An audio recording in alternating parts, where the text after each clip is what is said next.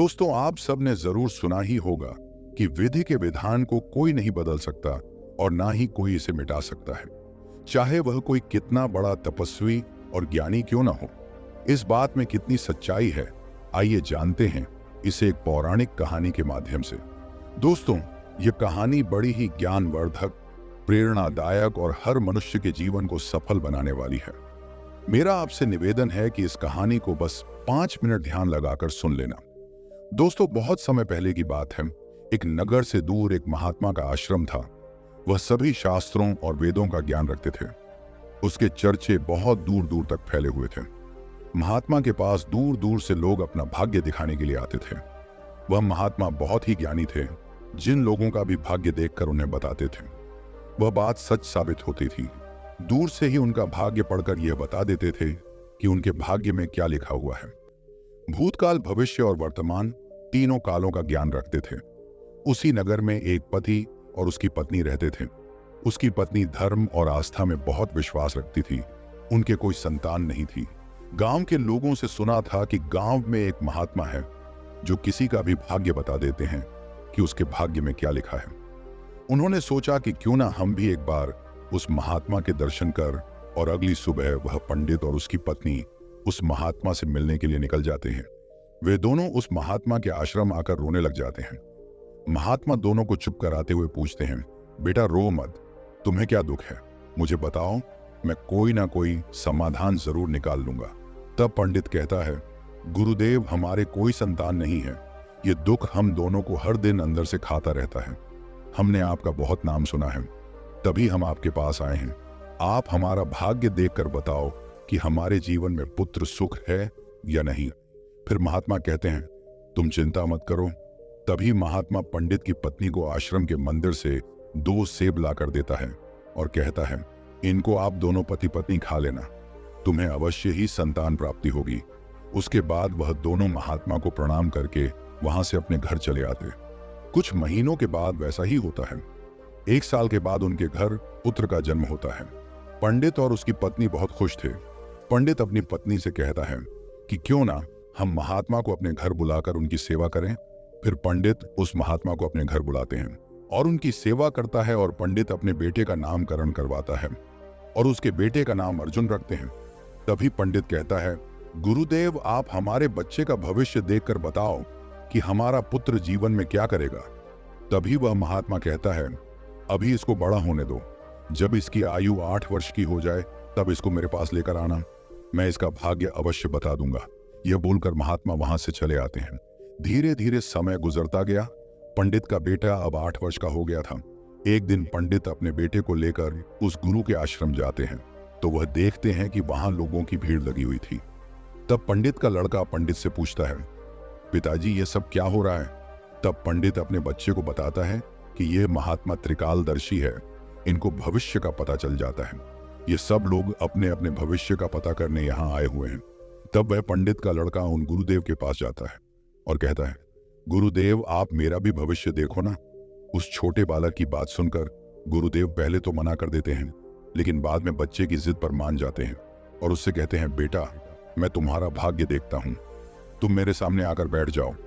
फिर महात्मा उस पंडित पुत्र का भाग्य देखने लगता है। उस महात्मा ने अपने ग्रंथ को खोला और फिर पंडित पुत्र के ललाट को देखा। जब उसने गणना की तो महात्मा ने देखा कि पंडित के पुत्र का विवाह तो एक नीच कुल की कन्या के साथ होना लिखा है। जब उसने यह देखा तो वह सोचने लगा कि अब क्या होगा। यह जाति से उच्च कुल का ब्राह्मण है और इसके पुत्र का विवाह नीच कुल की लड़की से होगा। यदि ऐसा हो गया तो यह कहीं का नहीं रहेगा और किसी को अपना मुंह दिखाने लायक भी नहीं रहेगा। महात्मा यह सब बात उस पंडित को बता देता है। पंडित यह सुनकर कहता है, गुरुदेव, नहीं नहीं, मैं ऐसा नहीं होने दूंगा। जब मैंने जान लिया तो मैं भाग्य को बदल दूंगा। जब उस महात्मा ने कुछ और गहराई से उस ग्रंथ को देखा और उसकी गणना की तो उसे पता चला कि उसी गंगा के किनारे कई कोसों दूर एक मछुआरे का परिवार रहता है और उसके परिवार में अब तक 5 पुत्रियों का जन्म हो चुका है। और जो मछुआरे की 5वें नंबर की कन्या है, जिसकी उम्र मात्र 3 साल की है और जिसका नाम उस मछुआरे ने शकुंतला रखा है। पंडित पुत्र का विवाह उस लड़की से होगा, ऐसा उसके पुत्र के भाग्य में लिखा है। यह सब महात्मा पंडित को बताता है। तो पंडित ने सोचा, मैं अपने पुत्र के भाग्य को जरूर बदलूंगा, मैं इसमें समर्थ भी हूं। जब मैंने अपने पुत्र के भाग्य को जान ही लिया है तो मैं इसके भाग्य को बदल भी सकता हूं। पंडित कहता है, गुरुदेव, मैं भी आज देखता हूं कि भाग्य बड़ा है या मैं बड़ा हूं। तब वह पंडित ब्रह्मा जी के लिखे हुए विधान को बदलने के लिए चल देता है और चलते चलते वह पंडित उस मछुआरे के घर पहुंच जाता है। जब उस मछुआरे ने देखा कि उज्जैन के एक महान पंडित उसके द्वार पर खड़े हैं, तो उस मछुआरे ने उस पंडित का बड़ा ही आदर सत्कार किया और कहने लगा, मुन गरीब की कुटिया में आप पधारे हैं, यह तो मेरे लिए सौभाग्य की बात है। पंडित कहने लगा, हे मछुआरे, मैं किसी उद्देश्य से तुम्हारे पास आया हूं। मैं तुमसे यह जानना चाहता हूं कि तुम्हारे घर में किसी 3 साल की कन्या ने जन्म लिया है। तो मछुआरा कहने लगा, हाँ, हमारे घर में एक पुत्री ने जन्म लिया है जिसकी आयु अभी 3 वर्ष होगी। पंडित ने कहा, क्या उसका नाम शकुंतला है?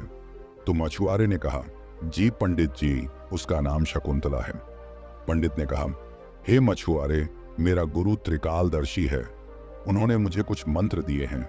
मैं तो इस रास्ते से जा रहा था तो मैंने देखा तुम पर तो बड़ा गौर संकट आने वाला है। जब तक तुम्हारी सबसे छोटी पुत्री तुम्हारे घर में रहेगी तब तक तुम्हें पुत्र की प्राप्ति नहीं होगी। यदि तुम अपने घर के आंगन में पुत्र खेलता हुआ देखना चाहते हो तो तुम्हें अपनी छोटी पुत्री को अपने घर से दूर भगाना होगा। पंडित के ऐसे वचनों को सुनकर मछुआरा बोला, पंडित जी, अभी वह तो नवजात बालिका है, उसकी आयु तो भी मात्र 3 वर्ष की है, मैं उसे ऐसी हालत में कहां छोड़ सकता हूं। पंडित ने कहा, हे मछुआरे, जब मैं तुम्हें यह बता सकता हूं तो मैं तुम्हारी सहायता भी कर सकता हूं। हे पंडित, उसे कहते हैं कि मेरी कोई पुत्री नहीं है। तुम एक काम करो, तुम अपनी इस कन्या को मुझे दे दो, मैं इसका पालन पोषण करूंगा और जब यह बड़ी हो जाएगी तो मैं अच्छा सा वर ढूंढकर इसका विवाह भी कर दूंगा। फिर वह मछुआरा पुत्र की लालसा में अपनी नवजात पुत्री को उस पंडित को दे देता है। पंडित मन ही मन बहुत खुश होता है और उस छोटी सी कन्या को लेकर चल देता है। चलते चलते वह पंडित सोचता है कि इस कन्या को मैंने मार दिया तो मुझे बाल हत्या का पाप लग जाए। फिर उस कन्या से छुटकारा पाने के लिए वह पंडित एक लोहार के पास जाता है और उस लोहार से एक लकड़ी का एक छोटा सा बक्सा बनवा है और उस बक्से में वह उस नवजात कन्या को सुलाकर नदी के जल में प्रवाहित कर देता है। और पंडित सोचने लगता है कि यह बक्सा कुछ दूर ही जाएगा और अपने आप ही डूब जाएगा और यह लड़की भी मर जाएगी।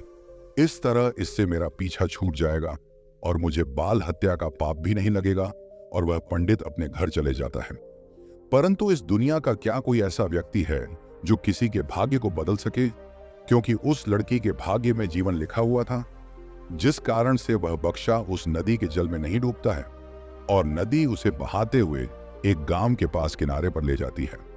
उधर उस गांव का पंडित सुबह सुबह स्नान करने के लिए आता है तो उस पंडित की नजर उस बक्से पर पड़ती है। जब वह पंडित उस बक्से को खोलता है तो वह देखता है कि बक्से के अंदर बहुत ही सुंदर कन्या लेटी हुई अपने पैर के अंगूठे को चूस रही है। वह पंडित संतानहीन था और गंगा जी से रोज संतान प्राप्ति की प्रार्थना करता था। उस बच्ची को देखकर वह पंडित सोचने लगा कि गंगा जी ने मेरे लिए इस पुत्री को मेरी संतान बनने के लिए ही भेजा है और मेरी प्रार्थना गंगा जी ने स्वीकार कर ली है। और इस तरह वह पंडित उस कन्या को लेकर अपने घर के लिए चल देता है। जब पंडित अपने घर पहुंचा और उस पुत्री को अपनी पत्नी को दिखाया तो उसकी पत्नी कहने लगी, आप यह किसकी पुत्री ले आए? यह बड़ी ही सुंदर है। तो पंडित जी कहने लगे, गंगा जी ने हमारी प्रार्थना स्वीकार कर ली और इस कन्या को हमारी संतान के रूप में हमारी झोली में डाल दी है। आज से हमारी यह इकलौती पुत्री है, इसका हम बड़े अच्छे से पालन पोषण करेंगे और इसे अच्छे संस्कार देंगे, इसे किसी चीज की कोई कमी नहीं होने देंगे। इस वह पंडित और उसकी पत्नी उस कन्या का पालन पोषण करने लगे। समय गुजरा और समय के साथ साथ वह कन्या भी बड़ी हुई। जैसे जैसे वह लड़की बड़ी होती गई वैसे वैसे उसकी सुंदरता में 4 चांद लगते गए। वह इतनी सुंदर थी जैसे कोई इंद्र की अप्सरा हो। फिर जब लड़की थोड़ी और बड़ी हुई तो एक दिन पंडिताई ने अपने पति से कहा, सुनते हो, हमारी बिटिया अब बड़ी हो गई है और इसकी विवाह की भी उम्र हो गई है। आप कहीं जाकर वर ढूंढकर हमारी बिटिया की शादी कर दो। पत्नी की यह बात सुनकर वह पंडित अपनी इकलौती पुत्री के लिए वर देखने के लिए चल देता है। जब आसपास में उसके लायक कोई वर नहीं मिलता है तो पंडित जी अपनी पुत्री के लिए वर की तलाश करते करते उज्जैन नगरी में पहुंच जाते हैं।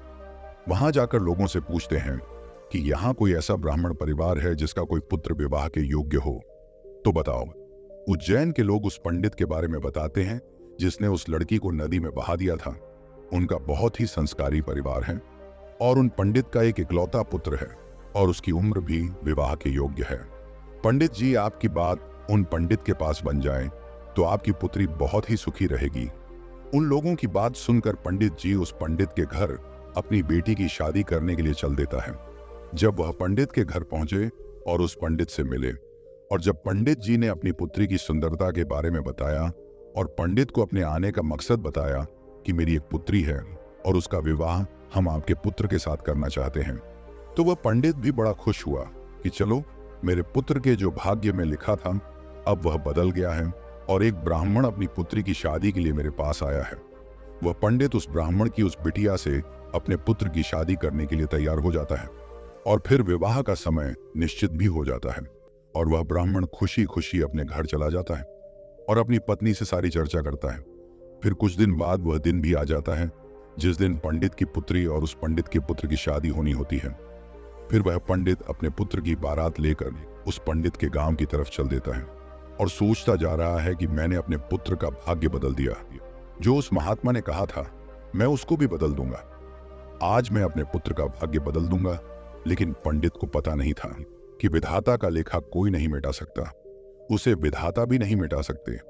जो लिख दिया वह तो अटल है, जैसा जिसके भाग्य में लिख दिया वैसा तो होकर ही रहता है, चाहे कोई कितने भी जतन कर ले, लेकिन भाग्य का लिखा कोई नहीं मिटा सकता। इस तरह सहयोग से आज वही मछुआरे की कन्या आज पंडित की पुत्री बनकर उस पंडित के बेटे के साथ विवाह करने के लिए तैयार हो रही है, जिसे उस पंडित ने पानी में बहा दिया था। फिर उस लड़की का विवाह उस पंडित के बेटे के साथ हो जाता है और इस तरह वह कन्या पंडित के घर में आ जाती है। पंडित का पुत्र सुंदर सी पत्नी पाकर खुश था। पंडित की पुत्री सुंदर सा पति पाकर खुश थी और पंडित इस बात से खुश था कि मैंने अपने पुत्र का भाग्य बदल दिया है। फिर एक दिन किसी कार्य से उस पंडित के पुत्र को उज्जैन से कुछ दिनों के लिए बाहर जाना पड़ता है। एक दिन वह पंडित अपने बेटे की बहू को लेकर उस महात्मा के आश्रम जाते हैं। उधर पहुंचकर गुरुदेव को प्रणाम करते हैं और बताते हैं कि गुरुदेव, मैंने विधि के विधान को भी बदल दिया। यह सुनकर गुरुदेव हंसने लगते हैं। पंडित गुरुदेव को हंसता देख पूछते हैं, गुरुदेव आप हंस क्यों रहे हो? तब गुरुदेव पंडित को बताते हैं, यह वही लड़की है जिसको तुमने नदी में बहा दिया था। यह सुनकर पंडित का पसीना छूटने लगा। उसने सोचा, यह तो वही मछुआरे की लड़की है जिसे मैंने मरने के लिए नदी में प्रवाहित कर दिया था। फिर यह मेरे घर में मेरी पुत्र वधू बनकर कैसे आ गई? उसने शकुंतला से कहा, पुत्री, तुम अपने पिताजी की इकलौती पुत्री हो ना। तो वह कन्या बोली, जी पिताजी, मेरे असली माता पिता तो बड़े दुष्ट थे। उन्होंने मुझे 3 वर्ष की अवस्था में ही गंगा में प्रवाहित कर दिया था और जो मेरे नए माता पिता हैं, इन्होंने मुझे नया जीवन दान दिया। जिस दिन से मुझे नया जीवन दान मिला है तब से यही मेरे माता पिता हैं। जब पंडित ने यह साबित कर लिया कि यह वही मछुआरे की लड़की है, तो पंडित ने शकुंतला से निजात पाने के लिए एक युक्ति निकाली और अपने बेटे की बहू से बोला, बेटी, तुम पहली संतान पुत्र पाना चाहती हो तो मेरे साथ तुम्हें समुद्र पर चलना होगा। जब दोनों ससुर और पुत्र वधू समुद्र पर पहुंचे तो पंडित ने अपने हाथ से एक अंगूठी निकाली और उस अंगूठी को दिखाते हुए समुद्र में फेंक दिया और उससे कहा, बेटी, जिस दिन तुम्हें यह अंगूठी मिल जाए उसी दिन तुम अपने घर आ सकती हो। यह अंगूठी नहीं मिली और तुम अपने पिता के घर पहुंच गई या मेरे घर आ गई तो तुम अपने पति को खो दोगी। इसलिए तब तक तुम्हें कहीं नहीं जाना है जब तक यह अंगूठी तुम्हें ना मिल जाए। यदि तुम मेरे वचनों को मानोगे तो तुम्हें अवश्य ही पुत्र की प्राप्ति होगी और तुम्हारा भाग्य भी जाग उठेगा। ऐसा कहकर वह पंडित उसको समुद्र के किनारे पर छोड़कर वापस अपने घर को लौट गया। शकुंतला ने काफी प्रयास किया लेकिन अंगूठी नहीं मिली। जब अंगूठी नहीं मिली तो वह बेचारी एक रास्ते की तरफ चल दी, क्योंकि ना तो वह अपने पिता के घर जा सकती थी और ना ही अपने पति के घर जा सकती थी। फिर चलते चलते जब वह आगे बढ़ी तो सामने से एक राजपूताना परिवार आता हुआ दिखाई दिया जो अपने गांव की तरफ जा रहा था। जब उस राजपूत परिवार ने उस लड़की को देखा तो कहने लगे, बेटी, इस जंगल में तुम अकेली कैसे घूम रही हो? यहाँ तो बहुत ही जानवर रहते हैं। तो वह कन्या बोली, क्या बताऊं, मैं विपत्ति की मारी हूं और मेरा इस दुनिया में कोई नहीं है। तो वह राजपूत परिवार बोला, बेटी अगर तुम चाहो तो हमारे साथ चल सकती हो। जब शकुंतला ने यह सुना तो वह सहज गई, उनके साथ चलने के लिए तैयार हो गई। इस तरह शकुंतला को उस राजपूत परिवार ने अपने घर खाना बनाने के लिए रख लिया। जो राजपूत परिवार का मुखिया था वह उस पंडित का बहुत ही घनिष्ठ मित्र था। कुछ समय बाद उधर जब पंडित का लड़का अपने घर आया और उसने अपने पिताजी से शकुंतला के बारे में पूछा तो पंडित ने झूठ बता दिया कि गंगा स्नान करते समय तुम्हारी पत्नी शकुंतला डूबकर मर गई। जब पंडित के लड़के ने यह सुना तो उसे काफी दुख हुआ। उधर राजपूत परिवार जिस गांव में निवास करता था, उस गांव का एक पंडित अपने लड़की का रिश्ता लेकर उसी पंडित के घर पहुंच गया। उस पंडित ने पंडित से जब अपनी पुत्री के विवाह के लिए प्रस्ताव रखा तो पंडित ने उस पंडित से कहा, हम अपने पुत्र के साथ तुम्हारी पुत्री का विवाह तो कर लेंगे, लेकिन विवाह से पहले हम तुम्हारी पुत्री को देखेंगे और उसके बाद ही विवाह करेंगे, क्योंकि पंडित को डर था कि कहीं मछुआरे की वही कन्या फिर से विवाह ना कर ले जो उसके लड़के के भाग्य में लिखी है। वह पंडित उस पंडित की शर्त मानने के लिए तैयार हो गया और अपने गांव को वापस लौट गया। अब पंडित अपने पुत्र के लिए लड़की देखने को उस पंडित के गांव की तरफ चल दिए। उधर जो अंगूठी उस पंडित ने समुद्र में फेंकी थी, उसे एक मछली निगल गई। एक दिन किसी मछुआरे ने समुद्र में जाल फेंका तो उसे वही मछली मिली जो अंगूठी निकल गई थी। उस जाल में वह फंस गई। मछुआरा पकड़ी हुई मछली को बेचने के लिए वहीं पहुंच गया जहां वह राजपूत परिवार रहता था। परिवार के मुखिया को मछली खाना बहुत ही पसंद था, इसीलिए उस राजपूत ने उस मछुआरे से उस मछली को खरीद लिया और उस मछली को ले जाकर शकुंतला से कहा, बेटी क्या तुम मेरे लिए मछली पका दोगी? तो शकुंतला बोली, जी पिताजी, मैं मछली तो नहीं खाती हूँ, लेकिन आपके लिए जरूर बना दूंगी। इस प्रकार वह मछली लेकर रसोई में काटने लगी। जब शकुंतला ने उस मछली को काटा तो उसके पेट में से वही अंगूठी निकलकर जमीन पर गिर पड़ी। जब शकुंतला ने उस अंगूठी को देखा तो वह पहचान गई और अंगूठी पाकर बहुत खुश हुई। उधर वह पंडित अपने पुत्र को लेकर पंडित के गांव में पहुंचा और अपने बेटे से कहने लगा, हे पुत्र, इस गांव में हमारे घनिष्ठ राजपूत मित्र रहते हैं। पहले हम उनके पास चलते हैं, उसके बाद हम तुम्हारे लिए लड़की देखने पंडित जी के घर जाएंगे। पंडित के बेटे ने जब अपने पिता के ऐसे वचनों को सुना तो वह बोला, पिताजी, जो आपको अच्छा लगे वैसा ही कीजिए। फिर वे दोनों उस राजपूत के घर पहुंचे। राजपूत ने जब अपने मित्र पंडित को आते हुए देखा तो वह भी बहुत खुश हुआ और उनका पहले की भांति आदर सत्कार किया। आदर सत्कार करके उन्हें अपने पास में बिठाया और उसने शकुंतला को आवाज दी, बेटी, हमारे मित्र आए हैं, जरा उनके लिए पानी का इंतजाम करो। जब शकुंतला पानी लेकर आई तो शकुंतला ने पंडित को देखा, पंडित ने शकुंतला को देखा। फिर जब पंडित के लड़के ने शकुंतला को देखा तो वह कहने लगा, पिताजी, आपने मुझसे झूठ क्यों बोला कि शकुंतला मर गई? मेरी पत्नी तो जिंदा है और यह आप जानते हैं, और यह जानते हुए भी आपने मेरा विवाह किसी अन्य लड़की से करने की कैसे सोची? तो वह पंडित दुख मन से कहता है, पुत्र, मैं भटक गया था। मैं विधाता के लिखे भाग्य को बदलने के प्रयास में इतना नीच कर्म कर बैठा कि कुछ पूछो ही मत। फिर उसने पूरी कहानी सभी को सुना दी और कहने लगा, मुझे अपने ऊपर कुछ ज्यादा ही घमंड हो गया था, जो विधाता के लिखे को मिटाने चला था। मैंने लाख कोशिश की, लेकिन हुआ वही जो तेरे भाग्य में लिखा था। यह कहकर उसने अपने बेटे की बहू से माफी मांगी और आदर सत्कार से उसे घर लेकर गए। दोस्तों, विधि के विधान को कोई बदल नहीं सकता, जो लिखा होता है वह जरूर होता है। दोस्तों, आपने आज के इस वीडियो से क्या सीखा वह मुझे आप कमेंट में बता सकते हैं। इसी के साथ में उम्मीद है कि आपको आज की वीडियो पसंद आई होगी, तो इस वीडियो को उस इंसान को शेयर करें जिससे यह कहानी सुनने की जरूरत है, और उसी के ठीक बाद हमारे डीप इंस्पायर्ड चैनल को सब्सक्राइब करें। तो चलिए फिर मिलते हैं ऐसी एक और नई ज्ञानवर्धक और प्रेरणादायक कहानी के साथ। तब तक के लिए अपना ख्याल रखें। धन्यवाद और नमो बुद्धाय।